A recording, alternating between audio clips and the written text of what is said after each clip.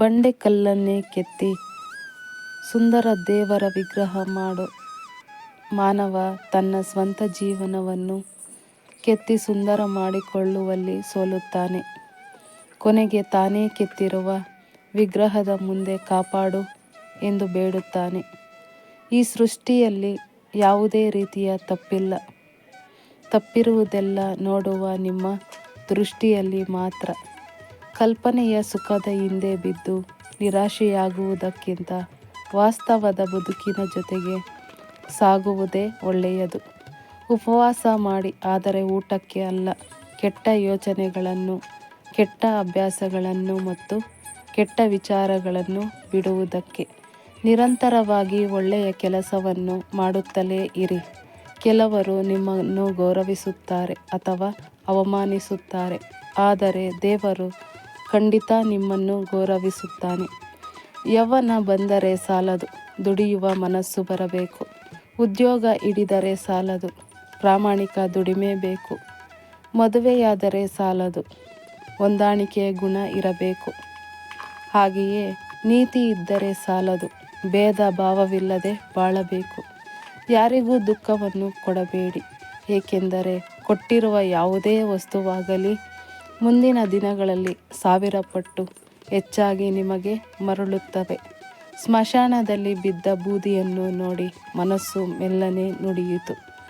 ಬರೀ ಬೂದಿಯಾಗಲು ಮನುಷ್ಯ ಜೀವನ ಪೂರ್ತಿ ಬೇರೆಯವರನ್ನು ನೋಡಿ ಉರಿಯುತ್ತಾನೆ. ಕಟ್ಟಿಗೆ ಸುಟ್ಟಾಗ ಬೂದಿಯಾಗುತ್ತದೆ, ಇಟ್ಟಿಗೆ ಸುಟ್ಟಾಗ ಗಟ್ಟಿಯಾಗುತ್ತದೆ.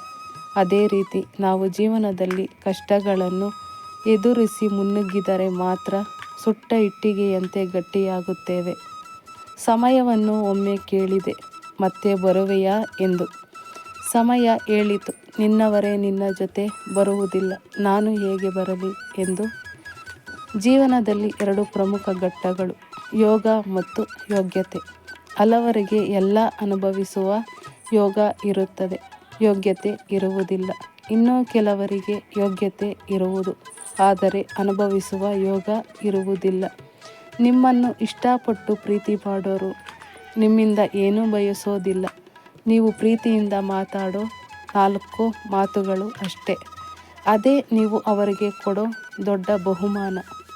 ನೀವು ಪ್ರೀತಿಯಿಂದ ಮಾತಾಡೋ ಮಾತುಗಳು ಅವರ ಮನಸ್ಸಿಗೆ ಎಲ್ಲಿಲ್ಲದ ಸಂತೋಷವನ್ನು ನೀಡುತ್ತದೆ. ನಿಮ್ಮನ್ನು ತುಳಿಯುವವರ ಮಧ್ಯೆ ಬೆಳೆದು ನಿಲ್ಲಬೇಕು. ಆವಾಗಲೇ ನಿಮ್ಮ ವ್ಯಕ್ತಿತ್ವಕ್ಕೆ ನಿಜವಾದ ಬೆಲೆ ಸಿಗುವುದು. ಯಾರ ಅನ್ನದ ಋಣ ಎಲ್ಲಿ ಇರುತ್ತದೋ ಅಲ್ಲಿಗೆ ಸಮಯವೇ ಅವರನ್ನು ಕರೆದುಕೊಂಡು ಹೋಗುತ್ತದೆ. ಯಾರು ಯಾರ ಅನ್ನವನ್ನು ಉಣ್ಣುವುದಿಲ್ಲ, ಹಣೆಬರಹದಲ್ಲಿರುವುದನ್ನೇ ಅವರು ಉಣ್ಣುತ್ತಾರೆ. ಇದು ಸತ್ಯ. ಸುಖ ಬೇಕೆಂದರೆ ತಡರಾತ್ರಿವರೆಗೂ ಎಚ್ಚರ ಇರಬೇಡ. ಶಾಂತಿ ಬೇಕೆಂದರೆ ಹಗಲಲ್ಲಿ ಮಲಗಬೇಡ. ಸನ್ಮಾನ ಬೇಕೆಂದರೆ ವ್ಯರ್ಥ ಮಾತನಾಡಬೇಡ. ಹಾಗೆಯೇ ಪ್ರೀತಿ ಬೇಕೆಂದರೆ ನಿಮ್ಮವರನ್ನು ಬಿಟ್ಟುಕೊಡಬೇಡ. ಗುಣದಿಂದ ಮನುಷ್ಯರನ್ನು ಗೌರವಿಸಬೇಕೇ ಹೊರತು ಜಾತಿಯನ್ನು ನೋಡಿ ಅಲ್ಲ. ನಾನು ನನ್ನದು ನನ್ನಿಂದಲೇ ಎಂಬ ಅಹಂಕಾರ ಬಿಡು. ಜಗತ್ತಿನಲ್ಲೇ ಎಲ್ಲರಿಗಿಂತ ದೊಡ್ಡ ವ್ಯಕ್ತಿಯಾಗುವೆ. ಕೇವಲ ಮಾತುಗಳು ಆಡಲು ಬಂದರೆ ಸಾಕು. ಯಾರ ಜೊತೆ ಹೇಗೆ ಮಾತನಾಡಬೇಕೆಂಬ ಮಾತಿನ ಅರಿವಿರಬೇಕು. ಹಿಂದಕ್ಕೆ ನೋಡಿದರೆ ಅನುಭವ ಸಿಗುತ್ತೆ, ಮುಂದಕ್ಕೆ ನೋಡಿದರೆ ಭವಿಷ್ಯ ಸಿಗುತ್ತೆ, ಸುತ್ತಲೂ ನೋಡಿದರೆ ಸತ್ಯ ಅರಿವಾಗುತ್ತದೆ. ನಮ್ಮೊಳಗೆ ನಾವು ನೋಡಿದಾಗ ಆತ್ಮವಿಶ್ವಾಸ ಹೆಚ್ಚಾಗುತ್ತದೆ. ಹೆಜ್ಜೆಗಳು ದಾರಿ ತೋರಿಸಿದರೆ ಕಷ್ಟಗಳು ಗುರಿ ಮುಟ್ಟಿಸುತ್ತವೆ. ಯಾರ ಪಾಪವನ್ನು ಸಹ ನೀನು ತೆಗೆದುಕೊಳ್ಳಲು ಬರುವುದಿಲ್ಲ, ಇನ್ನೊಬ್ಬರ ಪುಣ್ಯವೂ ಸಹ ನಿನಗೆ ಬರುವುದಿಲ್ಲ. ನಾವು ಏನು ಅನುಭವಿಸುತ್ತೇವೆಯೋ ಅದು ನಾವು ಮಾಡಿದ ಕರ್ಮದ ಫಲ. ಮಾಡಿದ ಕರ್ಮಫಲವು ಧರ್ಮಯುಕ್ತವಾದರೆ ಆ ಧರ್ಮವೇ ನಿನ್ನನ್ನು ಕಾಪಾಡುತ್ತದೆ. ಜೀವನ ಇರುವುದೇ 2 ದಿನ. ಒಂದು ನಿನ್ನ ಪರವಾದ ದಿನ, ಮತ್ತೊಂದು ನಿನ್ನ ವಿರುದ್ಧವಾದ ದಿನ. ಪರವಾದ ದಿನದಲ್ಲಿ ಅಹಂಕಾರ ತೋರಿಸಬೇಡ, ವಿರುದ್ಧವಾದ ದಿನದಲ್ಲಿ ತಾಳ್ಮೆ ಕಳೆದುಕೊಳ್ಳಬೇಡ. ನೀವು ನಿಮ್ಮ ಭೂತಕಾಲವನ್ನೊಮ್ಮೆ ನೋಡಿ, ಇತಿಹಾಸವನ್ನೊಮ್ಮೆ ನೆನೆಸಿಕೊಳ್ಳಿ. ನಿಮಗೆ ತಕ್ಷಣ ತಿಳಿಯುತ್ತದೆ, ಯಾವಾಗ ಸಂಕಷ್ಟ ಬರುತ್ತದೆಯೋ ಆವಾಗ ಅದನ್ನು ಎದುರಿಸುವ ಶಕ್ತಿಯೂ ನಿಮ್ಮಲ್ಲಿ ಹುಟ್ಟುತ್ತದೆ. ಹುಲ್ಲು ತಿನ್ನುವ ಸಾಧು ಪ್ರಾಣಿ ಜಿಂಕೆ ವರ್ಷಕ್ಕೆ ಒಂದೇ ಮರಿಗೆ ಜನ್ಮ ನೀಡುತ್ತದೆ. ಅವುಗಳನ್ನು ತಿಂದು ಬದುಕುವ ಸಿಂಹ, ಹುಲಿ, ಚಿರತೆಗಳು 4-5 ಮರಿಗಳಿಗೆ ಜನ್ಮ ನೀಡುತ್ತವೆ.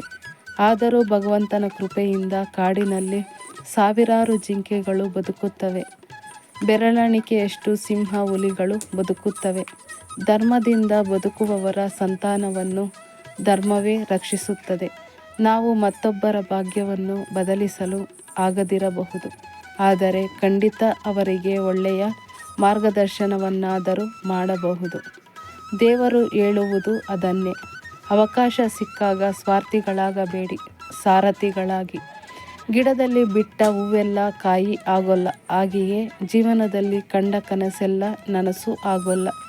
ಹಾಗಂತ ಜೀವನ ನಡೆಸುವುದನ್ನು ನಿಲ್ಲಿಸಬಾರದು. ಒಂದಲ್ಲ ಒಂದು ದಿನ ನೆಟ್ಟ ಗಿಡ ಫಲ ನೀಡುತ್ತದೆ. ಕಂಡ ಕನಸೆಲ್ಲ ನನಸಾಗುತ್ತೆ. ನಂಬಿಕೆಯೇ ಜೀವನ.